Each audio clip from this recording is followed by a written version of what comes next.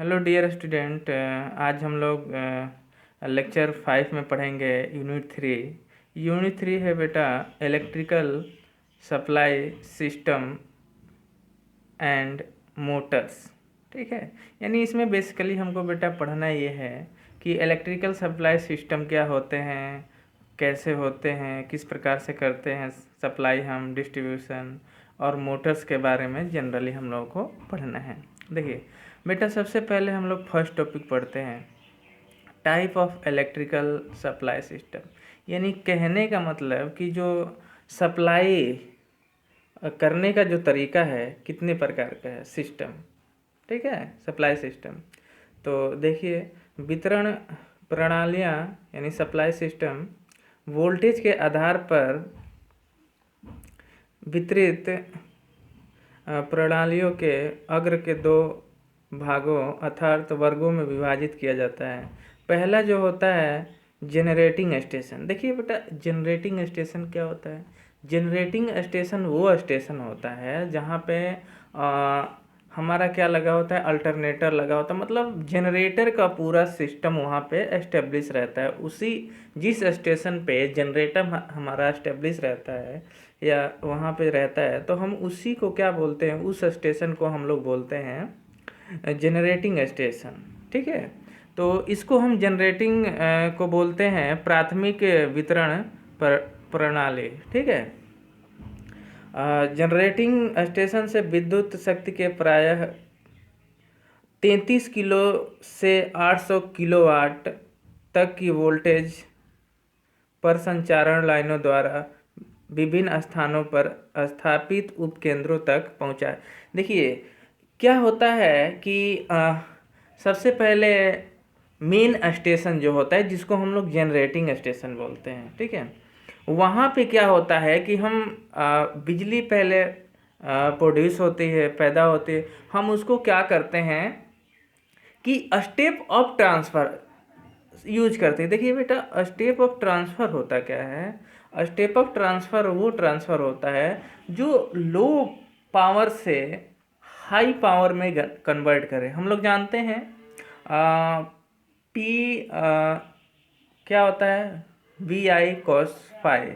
ठीक है, यानी voltage into current into lag angle. ठीक है, कहने का मतलब तो बेसिकली हम लोग यहाँ पे पावर की भी बात कर सकते हैं, वोल्टेज की भी बात, यानी कहने का मतलब कि आपका जो ट्रांसफ़र मेनली वर्क क्या करता है, वो प्राइमरी वोल्टेज को सेकेंडरी वोल्टेज में बदलता है।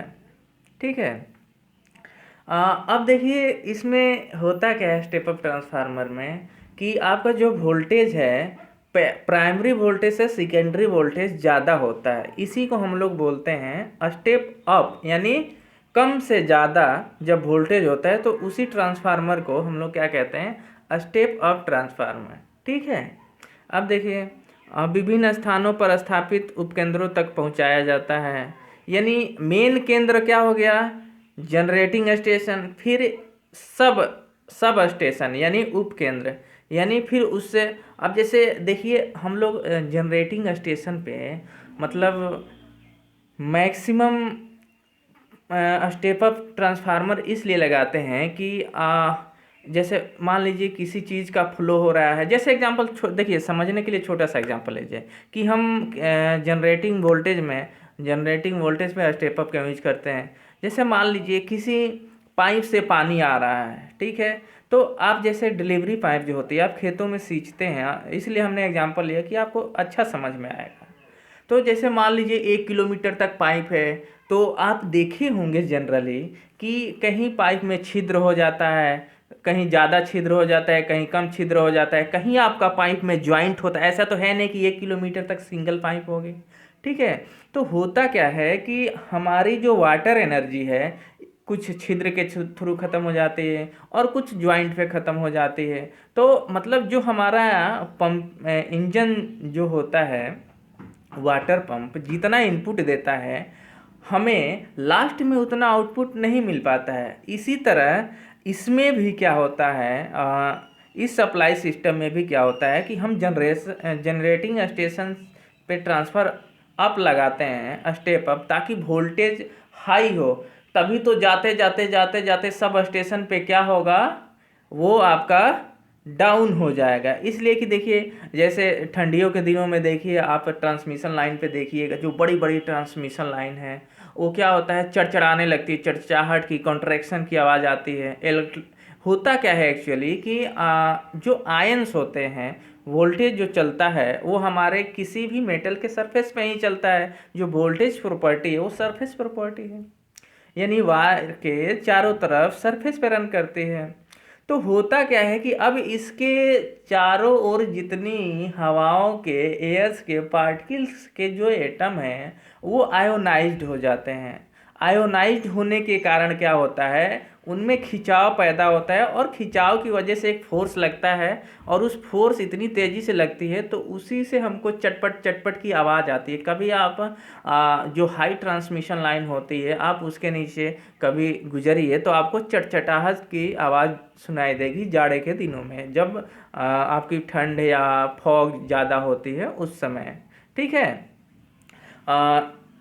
स्टेप अप ट्रांसफार्मर की सहायता से 1.1 किलोवाट से 11 किलोवाट तक की वोल्टेज में परिवर्तित किया जाता है। बिल्कुल सही है। ठीक है। यहाँ से इस वोल्टेज पर वैद्युत शक्ति के वितरण के लिए विभिन्न लघु, अब देखिए सब स्टेशन यानी उप केंद्रों से भी फिर छोटी छोटी स्टेशनों पे भेजा जाता है। ठीक है। जब जैसे आपके ब्लॉक हो गए, ब्लॉक जहाँ पे आपका इंजीनियर्स और सेक्शन इंजीनियर बैठे होते हैं, ये क्या होता है, सब में ही सब डिवीजन होता है।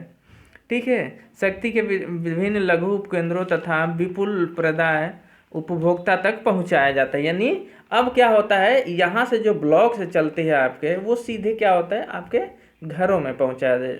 जैसे कि आगे हम लोग चित्र में समझेंगे, अभी यहाँ पढ़ें। इस प्रणाली को प्राथमिक प्रणाली कहते हैं। इस प्रणाली के लिए प्रयुक्त वोल्टता, भेजे जाने वाली वैद्युत शक्ति की मात्रा तथा उपकेंद्रों से वैद्युत शक्ति की आवश्यकता वाले स्थान तक दूरी पर निर्भर करती है। बिल्कुल वैसे ही हम आपने पाइप का एग्जांपल दिया, डिलीवरी पाइप, जिसे हम लोग सिंचाई करते हैं। तो अगर डिस्टेंस है तो हमें और स्टेप अप करना पड़ेगा, इसलिए कि जितनी ही लंबी दूरी होगी ट्रांसमिशन लाइन की, उतनी ही आप इलेक्ट्रॉन्स लॉस होंगे, पावर लॉस होगा। समझ गए ना बेटा, ये चीज़ है। अब चलिए हम लोग चलते हैं दूसरा, द्वितीय वितरण प्रणाली। ठीक है। इसको हम लोग बोलते हैं स्मॉल सब स्टेशन। ठीक है। अब देखिए ये क्या कहलाता है, स्मॉल सब स्टेशन पर प्राप्त उच्च वितरण बोलता है। यानी वहाँ से क्या चला है, स्टेप अप चला है। ठीक है।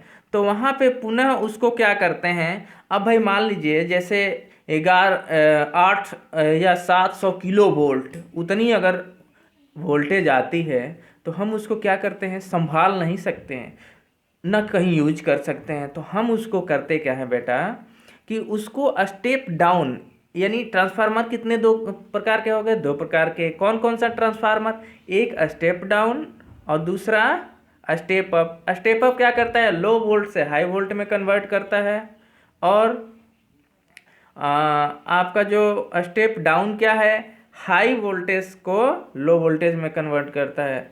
अच्छी तरह से समझ गए ना स्टूडेंट्स, कि मतलब स्टेप अप डाउन ट्रांसफार्मर क्या है, स्टेप डाउन ट्रांसफार्मर क्या है, स्टेप अप ट्रांसफार्मर क्या है। बिल्कुल सही। तो अब उस 700 किलो वोल्ट को हम लोग किसमें कन्वर्ट करते हैं, स्टेप डाउन ट्रांसफार्मर को यूज करके 415 या 220 वोल्ट तक 415 तक में परिवर्तित करते हैं। इन लघु वैद्युत उपकेंद्रों से वैद्युत शक्ति को निम्न वोल्टेज के वितरणों से उपभोक्ता तक पहुंचाया जाता है। ठीक है।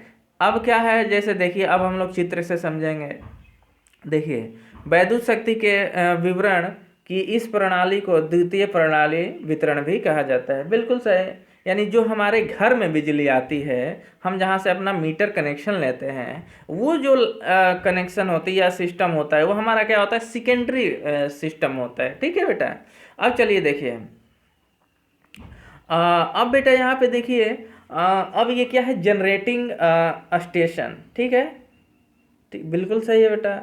अब देखिए कि जनरेटिंग स्टेशन में क्या होता है। जैसे थर्मल पावर प्लांट हो गया, ये जितने भी स्टेशंस हैं आपके क्या हैं, जनरेटिंग स्टेशन है। थर्मल पावर प्लांट में क्या किया जाता है, विद्युत उत्पादन किया जाता है, ठीक है।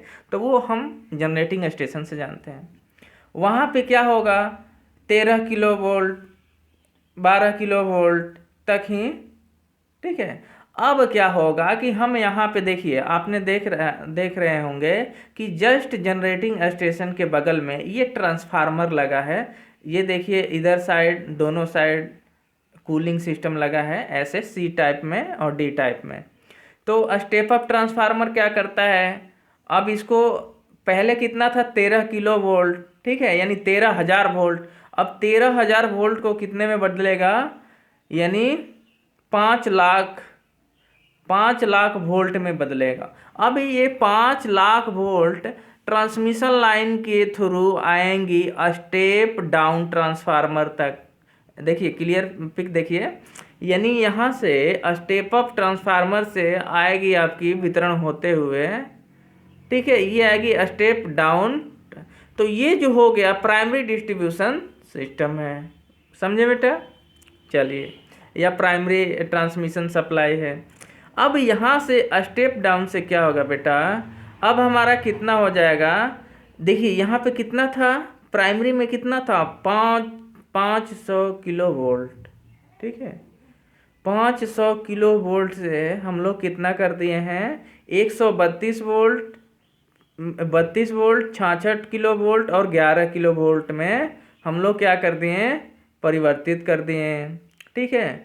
अब यहाँ से देखिए आपका, अब हम क्या करते हैं कि घरों में ले जाते हैं। तो इसका वोल्टेज जनरली बेटा आप देखे होंगे, ठीक है। तो ये जो है डिस्ट्रीब्यूशन ट्रांसफार्मर है, ठीक है। ये क्या है, ये आपके गांव के आसपास लगा रहता है ये डिस्ट्रीब्यूशन। तो ये क्या करता है, 11,000 वोल्ट को क्या करता है, ये 400 में और 200, आपने देखा होगा कि जो लाइन आती है वो 11,000 वोल्ट होती है, लेकिन जो हम लोग ट्रांसफार्मर से लेते हैं वो कितने वोल्ट का होता है, 400 या 230 इस बीच में होता है। 400 वोल्ट, जैसे 2 फेज लीजिएगा तो 400 वोल्ट होगा, तो उस पर आपका क्या चलता है, मोटर वोटर, जो हैवी मतलब इक्विपमेंट्स होते हैं, जैसे फैक्ट्री वैक्ट्री भी चलानी, तो उसके लिए क्या है, या आपको कोई मशीन चलानी है या कारखाना चलाना है, तो उसके लिए 400 वोल्टेज हम लोग लेते हैं, ठीक है।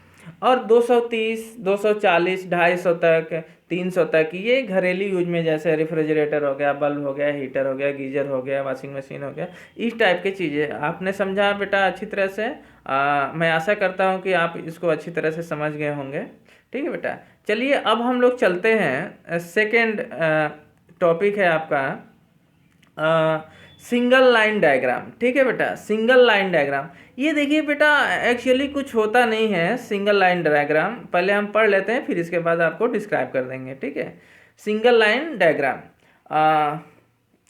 आपको टॉपिक से ही पता चल रहा होगा, सिंगल लाइन डायग्राम यानी एकल रेखा चित्र, बिल्कुल सही है। देखिए पावर सिस्टम की सिंगल लाइन आरेख वह नेटवर्क है जो सिस्टम घटकों के मुख्य कनेक्शन, ठीक है, और व्यवस्था को उनके डेटा के साथ दर्शाता है।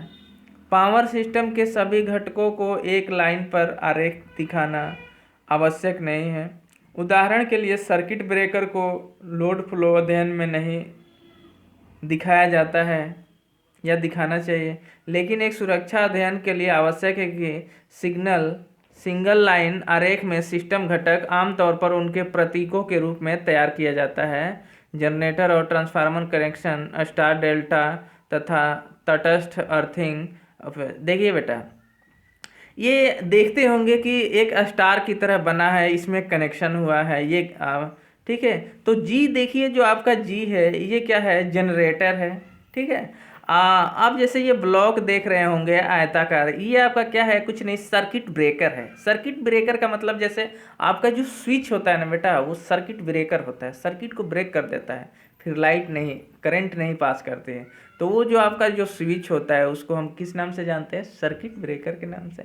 चलिए अब देखिए T2, ट्रांसफार्मर में देखिए दो तरफ जिग जैग बने हुए हैं। तो जो लेफ्ट साइड है वो आपका प्राइमरी कॉइल हो गया, जो राइट साइड है वो सेकेंडरी कॉइल हो गया। ट्रांसफार्मर में बेसिकली कुछ होता नहीं है। क्या होता है, आपका प्राइमरी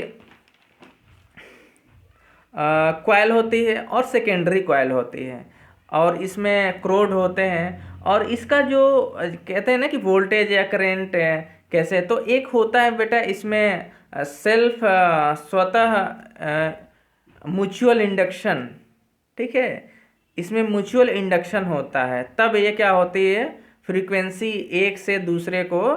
हाँ, ट्रांसफार्मर में एक चीज़ सबसे ध्यान देने वाली बात है कि ट्रांसफार्मर में कभी भी आपकी फ्रीक्वेंसी नहीं चेंज होती है। जैसे बहुत लोग इंटरव्यू में पूछते हैं कि ये बताइए कि अगर प्राइमरी फ्रीक्वेंसी 50 हर्ट्ज है तो सेकेंडरी कितना होगा, तो ये कभी गलती मत करिएगा। ठीक है, फ्रीक्वेंसी कभी नहीं बदलती है, फ्रीक्वेंसी कांस्टेंट होती है ट्रांसफार्मर की। जैसे हम लोग 50 हर्ट्ज पे यूज करते हैं, और आपका जो अमेरिका है वो 60 या जो भी विकसित देश है वो 60 हर्ट्ज पे यूज करते हैं।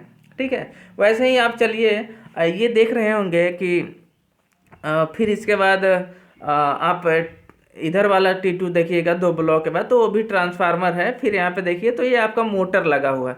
तो इसी को इस मतलब लाइन में ड्रा करना, मतलब हम जहाँ मोटर है तो बड़ा पिक्चर नहीं बनाते हैं, या कहाँ कहाँ ट्रांसफार्मर रखे हैं ऐसे दिखा दें, तो इसी डायग्राम को बेटा हम लोग क्या कहते हैं, लाइन डायग्राम कहते हैं। और ये देखिएगा, थोड़ा सा यहाँ पे ध्यान करिए कि आप देख रहे होंगे कि एक लाइन खींच के छोटी छोटी लाइन खींची हुई है। एक जैसे यहाँ से लाइन खींच करके ये छोटी छोटी लाइन खींची हुई है, ये इसका मतलब होता है कि हम क्या करते हैं, अर्थिंग देते हैं। अर्थिंग सभी लोग समझ रहे होंगे। अब तो फिलहाल हमारे ट्रांसफार्मर से ही अर्थिंग आती है, तो अब हम लोग घरों में अर्थिंग नहीं देते हैं। एक्चुअली घरों में अर्थिंग देना चाहिए, ताकि कभी अगर किसी को करंट मारे या झटका लगे तो उससे हम क्या होगा कि हमारी तो विद्युत धारिता उतनी अधिक है नहीं, कितना होगा, जितने हमारे बॉडी में इलेक्ट्रॉन है उतना ही धारिता होगी। तो इसीलिए हम लोग क्या करते हैं कि सेफ रखने के लिए घरों में एक वायर का कनेक्शन लेकर के हम क्या करते हैं, ग्राउंड में अर्थ कर देते हैं। क्योंकि हम जानते हैं कि जो अर्थ की धारिता होती है, इलेक्ट्रिक कैपेसिटी धारिता, वो बहुत ही अधिक होती है, अप्रोक्स इनफाइनाइट होती है।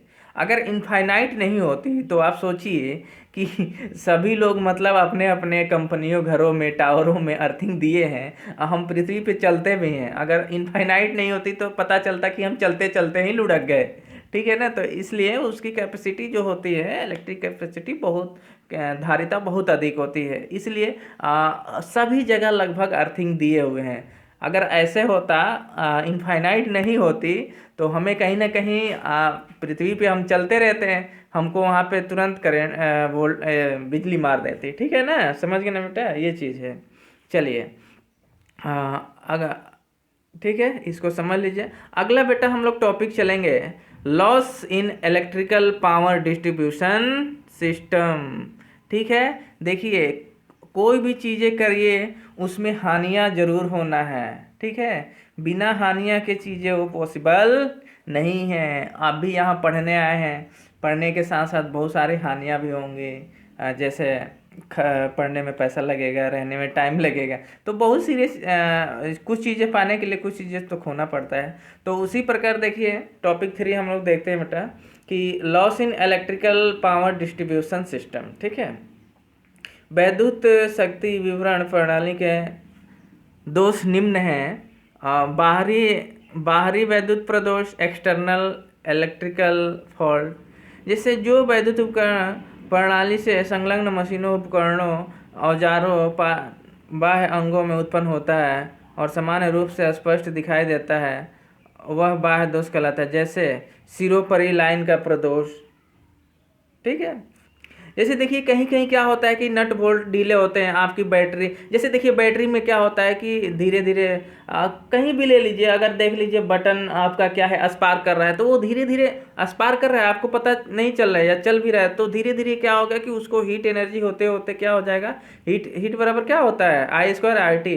तो ऐसे होते होते होते आपकी एक दिन स्विच ही जल जाएगी और आप खतरे में पड़ जाएंगे। ठीक है, तो ये हुई बात। अब देखिए अस्थायी विद्युत प्रतिरोध यानी परमानेंट इलेक्ट्रिकल फॉल्ट, ये देखिए क्या होता है, ये विद्युत प्रदोष जो विद्युत शक्ति प्रणाली में अधिक समय तक कायम रहता है और स्वतः क्लीचर नहीं होता है। ठीक है, अपितु क्लीचर करना पड़ता है, अस्थायी प्रदोष कहलाता है, इसे टिकाऊ प्रदोष भी कहते हैं। यह विद्युत प्रणाली के निकटवर्ती धारा चालक से संपर्क स्थापित कर लेना आदि।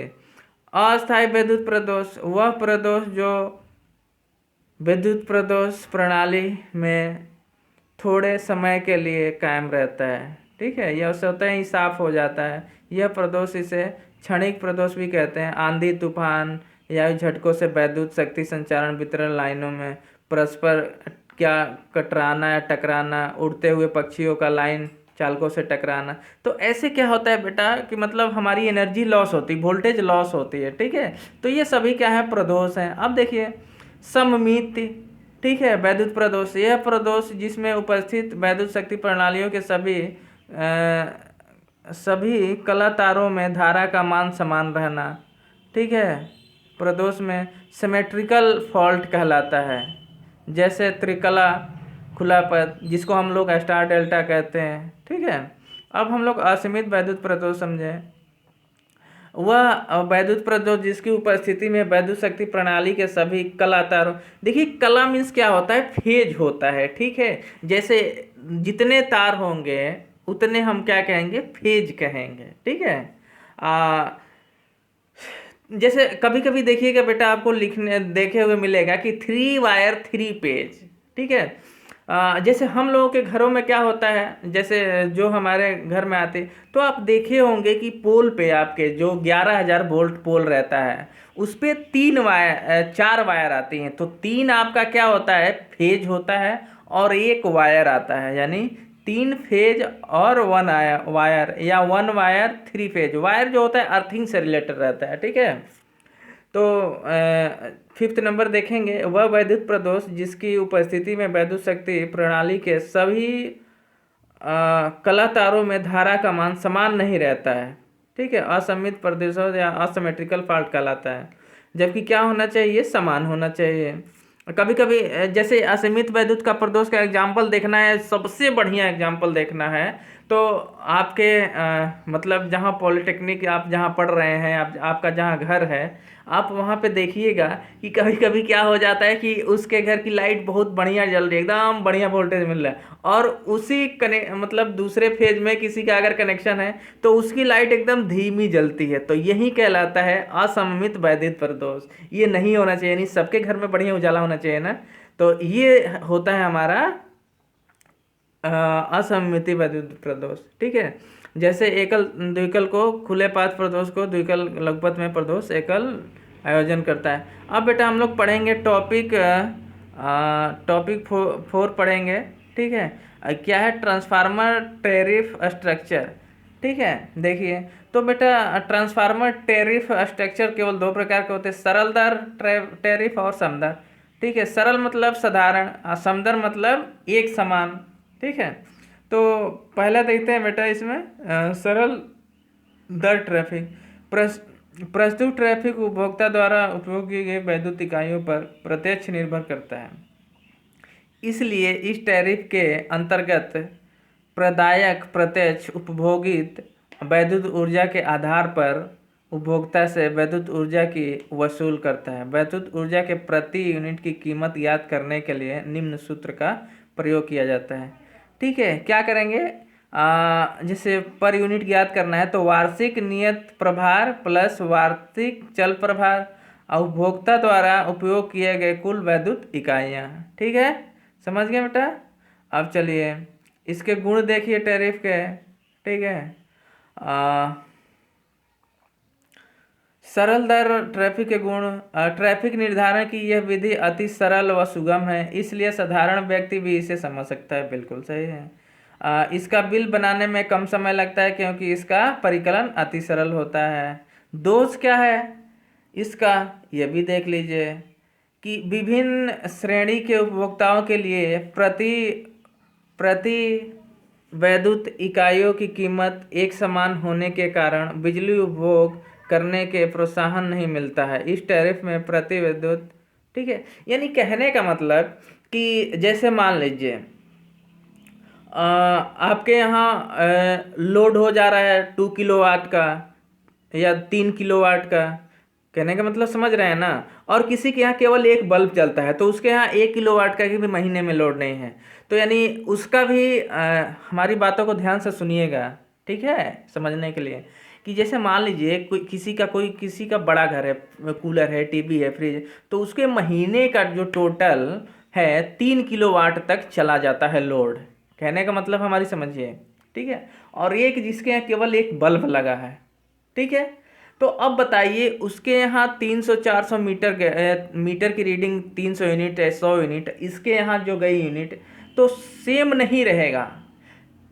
ठीक है, ये समान दर वाले में क्या होगा, सेम रहेगा। सॉरी, ये साधारण वाले में क्या रहेगा, सेम रहेगा। कहने का मतलब समझ गए ना। ठीक है, चलिए अब हम लोग देखते हैं समदर ट्रैफिक।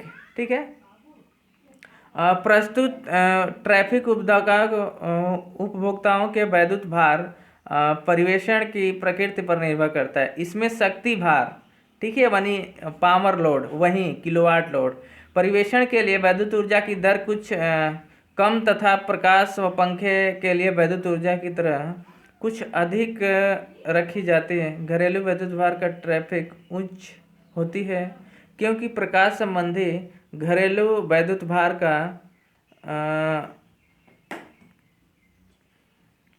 टैरिफ उच्च होती है क्योंकि प्रकाश संबंधी घरेलू भार गुणांक और भिन्नता गुणांक का मान उच्च होता है। अब इसको हम बेटा थोड़ा सा ग्राफ से समझें। ठीक है, तो इसमें हम देखते हैं कुल लागत और ऊर्जा खपत में ग्राफ देखते हैं। तो ये क्या है, इंक्लाइंड ग्राफ जाती है प्रकाश भार के लिए और इसके भार के लिए। ठीक है, ये किसके लिए हो जाएगी बेटा, ये आपका हो जाएगा सिंपल वाले के लिए। अब हम लोग सेम वाले के लिए मतलब एक ही दर के लिए देखिए तो C1 C2 क्या है, ये कांस्टेंट है। कहने का मतलब समझ गए, ये कीमत पर यूनिट है। अब देखिए इसके गुण देखिए, यह टैरिफ अति सरल है और सुगम, इसलिए साधारण व्यक्ति भी इसको समझ सकता है। ये दायक किसी प्रकार के वैद्युत भार का बिल तैयार करने में कम समय लगता है। इसमें वैद्युत ऊर्जा की बर्बादी यथार्थ खर्ची कम होती है क्योंकि उपभोक्ता को संपूर्ण ऊर्जा की कीमत चुकानी पड़ती है। दोष क्या है इसका दोष देख लीजिए, विभिन्न प्रकार के लोड के लिए अलग अलग लोड के लिए ऊर्जा मापक की आवश्यकता होती है, इसलिए ऊर्जा मापकों की कीमत का मूल्य व्यय बढ़ जाता है। ठीक है, इसमें क्या होता है, बढ़ जाता है। ठीक है, विद्युत प्रकार के भारों के लिए वैद्युत ऊर्जा दर भिन्न भिन्न होता है, बिल तैयार करने के परिकलन कार्य बढ़ जाता है, इसलिए समय अधिक लगता है। संपूर्ण वैद्युत भार का उपयोग की गई वैद्युत ऊर्जा के प्रत्यक्ष समानुपाती होता है, अर्थात उपभोक्ता को अधिक बिजली उपयोग करने की किसी प्रकार की छूट नहीं दी जाएगी। इसीलिए यह टैरिफ प्रोत्साहित रहता है, किसके लिए, जो बिजली दे रहा है उसके लिए। ठीक है, इसका जो प्रयोग किया जाता है, इस टैरिफ का प्रयोग समान स्तर पर घरेलू तथा लघु उद्योग, ठीक है, यानी साधारण वाले में गवर्नमेंट को उतना फ़ायदा नहीं होता है, और जो सम दर टैरिफ है इसमें क्या है, इसको बहुत फ़ायदा होता है। ठीक है, समझ रहे हैं बेटा। तो ये है कहने का मतलब। फिर हम अगले लेक्चर में, छठे लेक्चर में पढ़ेंगे अगला टॉपिक नंबर 5। आज के लिए इतना ही। Thank you students and thank you class.